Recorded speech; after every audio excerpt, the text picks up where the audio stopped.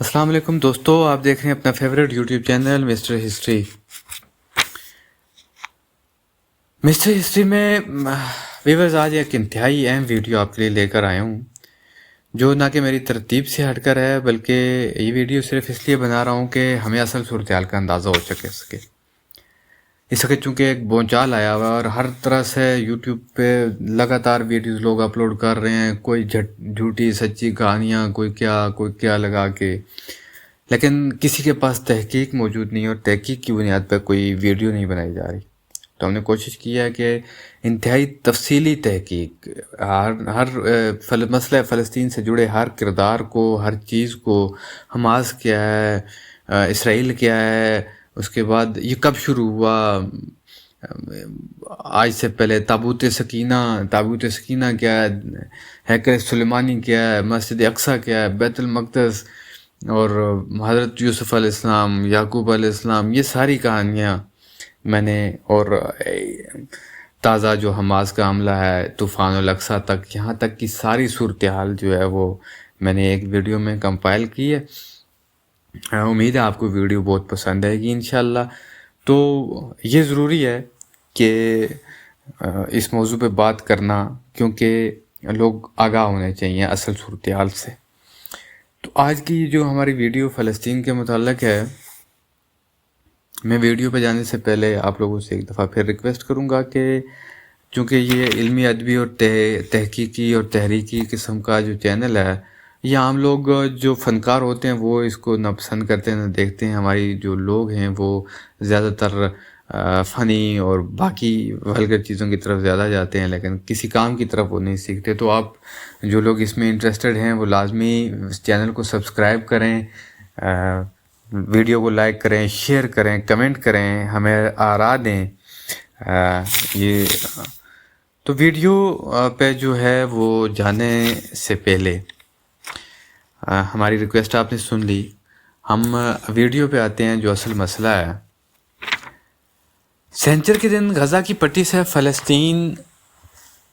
فلسطین کی ایک جنگجو جماعت حماس کی جانب سے اسرائیل پر حملوں میں کم از کم 300 افراد کی ہلاکت کے بعد اسرائیلی فضائیہ نے جوابی کارروائی کے دوران بمباری کی، جس سے اب تک کم و بیش 10,000 ہلاکتیں ہو چکی ہیں۔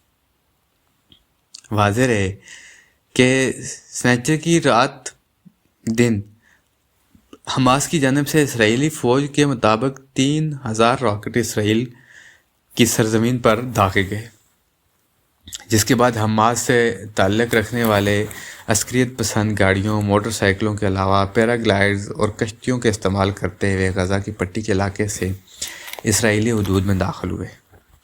اسرائیل اور فلسطینیوں کے درمیان گزشتہ مئی کے بعد سے یہ سب سے زیادہ پرتشدد کشیدہ صورتحال قرار دی جا رہی ہے۔ مشرق وسطیٰ کے اس طویل اور خونی تنازع کو دہائیاں گزر چکی ہیں، جس کا مستقبل قریب میں کوئی مستقل حل ہوتا دکھائی نہیں دے رہا۔ اس تنازع کے تناظر سمجھنے کے لیے چند ایک اہم سوالات ہیں کہ تنازع شروع کیسے ہوا۔ یورپ میں یہودیوں کے ساتھ روا رکھے جانے والے سلوک کی وجہ سے صہیونی تحریک زور پکڑنے لگی، جس کا مقصد یہودیوں کے لیے الگ ریاست کا قیام تھا۔ اس وقت فلسطین کا علاقہ سلطنت عثمانیہ کے کنٹرول میں تھا، تاہم پہلی جنگ عظیم کے بعد یہ خطہ برطانیہ کے زیر تسلط آیا، جہاں یہودی بڑی تعداد میں منتقل ہونے لگے اور یوں مقامی عرب آبادی کے ساتھ تناؤ کا آغاز ہوا۔ برطانیہ اور فرانس نے مشرق وسطیٰ کو تقسیم کیا اور مختلف ریاستیں قیام میں آئی، تاہم فلسطین برطانیہ کے زیر تسلط ہی رہا، جہاں عرب قوم پرستوں اور صہیونی تنظیموں کے درمیان کشیدگی بڑھنے لگی۔ صہیونی تنظیموں نے عسکری گروہ قائم کر لیے، جنہوں نے دوسری جنگ عظیم کے بعد الگ ریاست کے لیے دباؤ بڑھانا شروع کر دیا۔ سنہ 1947 میں اقوام متحدہ نے ووٹنگ کے ذریعے فیصلہ کیا کہ فلسطین کو 2 ٹکڑوں میں تقسیم کیا جائے، جن میں سے ایک یہودی ریاست ہو اور ایک عرب ریاست، جبکہ یروشلم، جسے بیت المقدس کہتے ہیں، ایک بین الاقوامی شہر ہوگا۔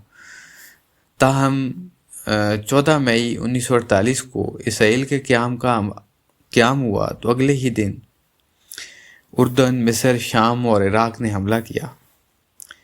یہ پہلی عرب اسرائیل جنگ تھی، جس کے نتیجے میں اقوام متحدہ کے منصوبے کے مطابق جہاں عرب ریاست بننا تھی وہ علاقہ مختلف ممالک کے قبضے میں آ گیا، اور یوں فلسطینیوں کے لیے ایک سانچے نے جنم دیا۔ 7.5 لاکھ فلسطینی ہمسایہ ممالک خود فرار ہوئے یا انہیں اسرائیل فوجیوں نے بے دخل کیا۔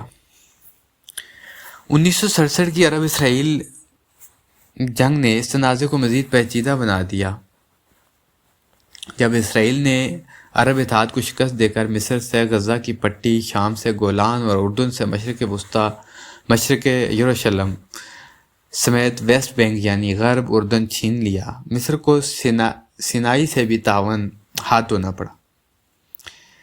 1973 میں مصر اور شام نے اسرائیل پر اپنے علاقے چھڑانے کے لیے حملہ کیا، جسے یوم کپور جنگ کہا جاتا ہے۔ 6 سال بعد اسرائیل اور مصر نے امن کا معاہدہ کر لیا اور سینائی مصر کو واپس لوٹا دیا گیا۔ اردن نے بھی کچھ عرصہ بعد اسرائیل کو تسلیم کرتے ہوئے مصر کی تقلید کی۔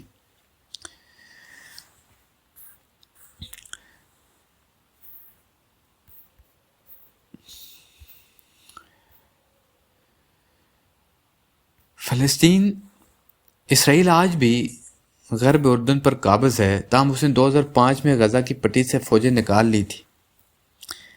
اقوام متحدہ آج بھی اس علاقے کو مقبوضہ مانتا ہے۔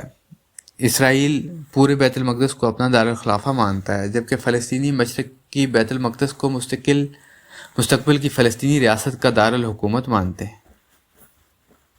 اس وقت 2 فلسطینی علاقے ہیں، جن میں سے ایک غرب اردن اور ایک غزہ کی پٹی ہے۔ ان دونوں علاقوں کے درمیان 45 کلومیٹر کا فاصلہ ہے۔ غرب اردن کا رقبہ 5970 اسکوائر کلومیٹر جبکہ غزہ کی پٹی صرف 365 اسکوائر کلومیٹر پر محیط ہے۔ غرب اردن یروشلم اور اردن کے درمیان موجود ہے، جبکہ غزہ کی پٹی 41 کلومیٹر طویل اور 10 کلومیٹر چوڑی ہے۔ غزہ کی پٹی کی سرحد کا 7 کلومیٹر حصہ مصر سے ملتا ہے اور ایک جانب بحیرہ روم واقع ہے۔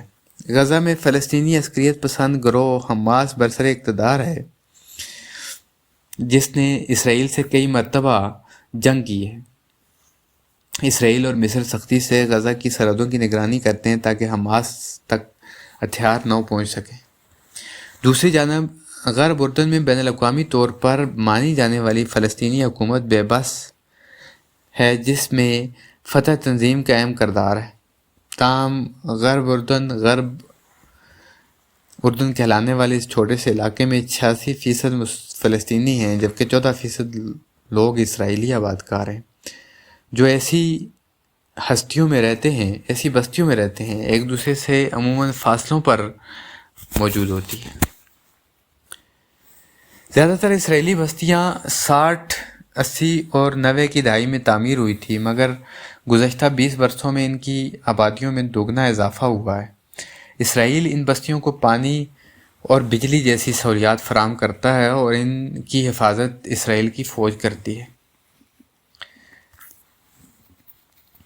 حماس غزہ کی پٹی پر برسر اقتدار فلسطینی جنگجو گروہ ہے، جو 2007 میں اقتدار سنبھالنے سے اب تک اسرائیل کے ساتھ متعدد جنگیں لڑ چکا ہے۔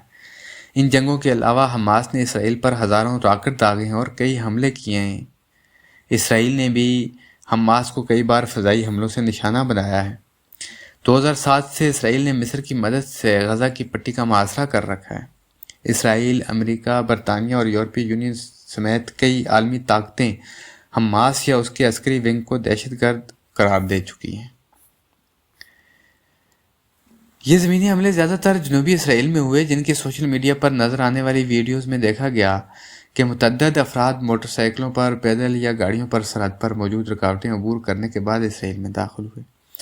اسرائیلی میڈیا کے مطابق حماس کے جنگجوؤں کے اسرائیل میں داخل ہونے کے بعد ملک کے جنوبی علاقوں میں ان کی اسرائیلی فوجیوں سے مسلح جھڑپیں ہوئی۔ خود کو عسکریت پسند گروہ القدس بریگیڈ کا ترجمان ظاہر کرنے والے ابو حمزہ کی جانب سے ٹیلی گرام پر جاری ایک بیان میں کہا گیا ہے کہ ان کے جنگجوؤں نے متعدد اسرائیلی فوجیوں کو یرغمال بنا لیا ہے۔ حماس کا دعویٰ ہے کہ اس کے پاس اس وقت سینکڑوں جنگی قیدی ہیں جن میں اسرائیلی فوج کے سینئر آفیسر بھی شامل ہیں، اور ان میں سے بہت سوں کو ان سرنگوں میں رکھا گیا جنہیں ماضی میں اسرائیل نشانہ بناتا رہا۔ اس کارروائی کے جواب میں اسرائیل نے غزہ کی پٹی پر فوری فضائی حملے شروع کیے، جہاں مقامی حکام کے مطابق اب تک ہزاروں افراد ہلاک ہو چکے ہیں۔ فوجی حکام کا کہنا ہے کہ ان حملوں میں حماس کے کئی عسکری کمپاؤنڈز کو نشانہ بنایا گیا۔ اسرائیلی طیاروں نے غزہ شہر کے مرکز میں واقع ایک 11 منزلہ عمارت کو بھی بمباری کر کے تباہ کر دیا، بلکہ اس وقت تک تقریباً غزہ شہر سارے کا سارا تباہ و برباد ہو چکا ہے۔ اس عمارت میں حماس کے ریڈیو اسٹیشن قائم تھے۔ حماس کا کہنا ہے کہ اس حملے کے بعد اس نے اسرائیلی علاقے پر مزید 150 راکٹ داغے۔ اس سے قبل اسرائیلی وزیر اعظم بنیامین نیتن یاہو نے ایک ویڈیو بیان جاری کرتے ہوئے کہا ہے کہ ہم حالت جنگ میں۔ اسرائیل کے وزیر دفاع یوآو گیلنٹ نے کہا ہے کہ حماس نے ایک سنگین غلطی کی ہے اور یہ اسرائیل کی ریاست پر جنگ جیت جائے گی۔ فلسطینیوں اور اسرائیل کے درمیان مرکزی جو تنازع ہے وہ ایک آزاد فلسطینی ریاست کے قیام میں تاخیر کے علاوہ اسرائیل کی جانب سے غرب اردن میں یہودی بستیوں کی تعمیر اور ان کے گرد سیکورٹی رکاوٹوں کی تعمیر نے امن کے حصول کو مشکل بنا دیا۔ تاہم ان کے علاوہ ابھی بھی کئی اختلافات موجود ہیں۔ اسرائیل یروشلم پر مکمل دعویٰ کرتا ہے اور اس کا دعویٰ ہے کہ یہ اس کا دارالحکومت ہے، تاہم اس دعوے کو بین الاقوامی حمایت حاصل نہیں ہے۔ فلسطینی مشرقی یروشلم کو اپنا دارالحکومت بنانا چاہتے ہیں۔ فلسطینیوں کا مطالبہ ہے کہ ان کی مستقبل کی ریاست کی سرحدیں 1967 کی جنگ سے قبل کی حالت پر طے ہونی چاہیے، تاہم اسرائیل اس مطالبے کو تسلیم نہیں کرتا۔ اسرائیل نے 1967 کی جنگ کے بعد جن علاقوں پر قبضہ کیا وہاں غیر قانونی بستیاں تعمیر کی گئی اور غرب اردن اور مشرقی یروشلم میں 5 لاکھ کے قریبی یہودی بستے ہیں۔ ایک اور معاملہ فلسطینی تارکین وطن کا بھی ہے۔ پی ایل او کا دعویٰ ہے کہ اس وقت دنیا بھر میں 1 کروڑ سے زیادہ فلسطینی موجود ہیں، جن میں سے نصف اقوام متحدہ کے ساتھ رجسٹر ہیں۔ فلسطینیوں کا کہنا ہے کہ ان افراد کو اسرائیل واپس آنے کا حق حاصل ہے، جبکہ اسرائیل کا ماننا ہے کہ ایسا کرنے سے اس کی یہودی شناخت خطرے میں پڑ جائے گی۔ تو ویورز، یہ تھی ہماری جو ویڈیو جس میں ہم نے تفصیل سے آپ کو اسرائیل، فلسطین، حماس اور اس مسئلے کا سارا سینیریو بتایا، تاریخ بتائی۔ امید کرتے ہیں آپ کو ویڈیو پسند آئی ہوگی۔ ویڈیو کو شیئر کریں، لائک کریں اور ہمارا چینل سبسکرائب کرنا تو بالکل بھی مت بھولیں۔ مزید تحقیق کے لیے، مزید ویڈیو کے آنے تک ہمیں دیجیے اجازت۔ فی امان اللہ۔